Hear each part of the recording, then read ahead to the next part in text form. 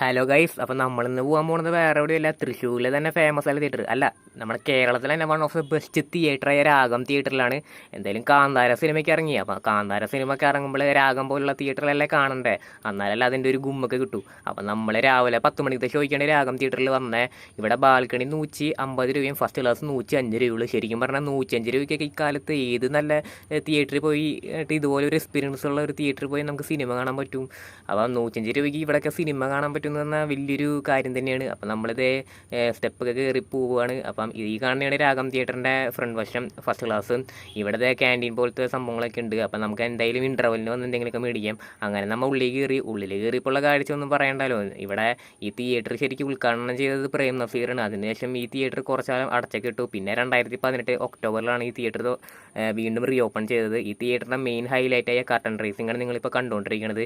ഈ curtain റേസിങ്ങിൻ്റെ BGM തന്നെ കാണാൻ വേണ്ടി ഇവിടേക്ക് ഞാൻ വന്നിട്ടുണ്ട്. അപ്പം നമ്മളിങ്ങനെ പടമൊക്കെ തുടങ്ങി, പടം ഒരു സ്ലോ ബേസ്ഡ് പോലെ പോവാണ്. പക്ഷേ സെക്കൻഡ് ഹാഫ് പടത്തെ പറ്റി പറയുകയാണെങ്കിൽ ആകെ സെക്കൻഡ് ഹാഫാണ് എനിക്ക് ഏറ്റവും കൂടുതൽ ഇഷ്ടപ്പെട്ട പടത്തിൻ്റെ. പടം ശരിക്കും പറഞ്ഞ ഒരു രക്ഷയുണ്ടായിരുന്നില്ല.